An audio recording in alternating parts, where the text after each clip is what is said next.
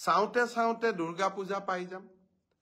এইবাৰ আমি সিদ্ধান্ত লৈছো যে প্ৰতিখন দুৰ্গা পূজা সমিতিকো ৰাজ্য চৰকাৰে বিত্তীয় সাহায্য আগবঢ়াব।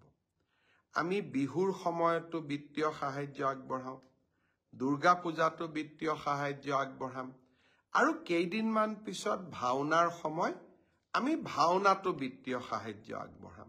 অৰ্থাৎ ৰাজ্য চৰকাৰে অসমৰ প্ৰতিটো উৎসৱৰ সময়ত আমি একেলগে জনসাধাৰণৰ লগত যাতে উৎসৱ পালন কৰিব পাৰো, তাৰ বাবে আমি এনেবোৰ নতুন আঁচনি আৰম্ভ কৰিছো। আৰু এই আঁচনিসমূহে নিশ্চিতভাৱে আমাৰ চৰকাৰখনক ৰাইজৰ ওচৰলৈও লৈ গৈ আছে। মই শাৰদীয় দুৰ্গা পূজাৰ যিসমূহ সমিতিয়ে এতিয়ালৈকে উপায়ুক্তৰ বা আয়ুক্তৰ কাৰ্যালয়ত যোগাযোগ কৰা নাই, তেখেতসকলকো মই অনুৰোধ কৰিম যে আপোনালোকে আয়ুক্তৰ কাৰ্যালয়ত যোগাযোগ কৰিব, যাতে দুৰ্গা পূজাৰ বাবে নিৰ্দিষ্ট ধনৰাশি আপোনাৰ পূজা সমিতিখনেও পাব পাৰে। চাওঁতে চাওঁতে দুৰ্গা পূজা পাই যাম। এইবাৰ আমি সিদ্ধান্ত লৈছো যে প্ৰতিখন দুৰ্গা পূজা সমিতিকো ৰাজ্য চৰকাৰে বিত্তীয় সাহায্য আগবঢ়াব। আমি বিহুৰ সময়তো বিত্তীয় সাহায্য আগবঢ়াওঁ, দুৰ্গা পূজাতো বিত্তীয় সাহায্য আগবঢ়াম, আৰু কেইদিনমান পিছত ভাওনাৰ সময় আমি ভাওনাতো বিত্তীয় সাহায্য আগবঢ়াম।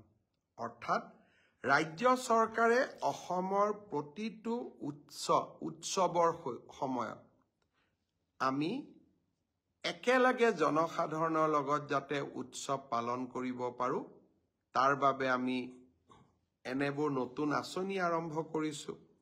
আৰু এই আঁচনিসমূহে নিশ্চিতভাৱে আমাৰ চৰকাৰখনক ৰাইজৰ ওচৰলৈও লৈ গৈ আছে।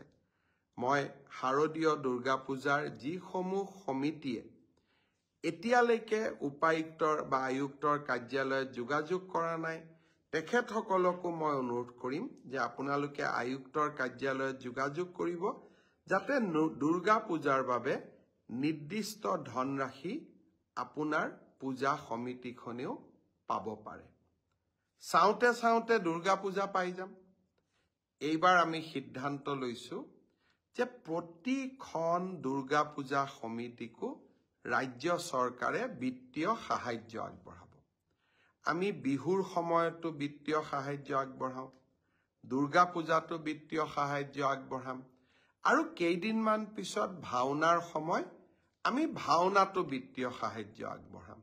অৰ্থাৎ ৰাজ্য চৰকাৰে অসমৰ প্ৰতিটো উৎসৱৰ সময়ত আমি একেলগে জনসাধাৰণৰ লগত যাতে উৎসৱ পালন কৰিব পাৰো, তাৰ বাবে আমি এনেবোৰ নতুন আঁচনি আৰম্ভ কৰিছো।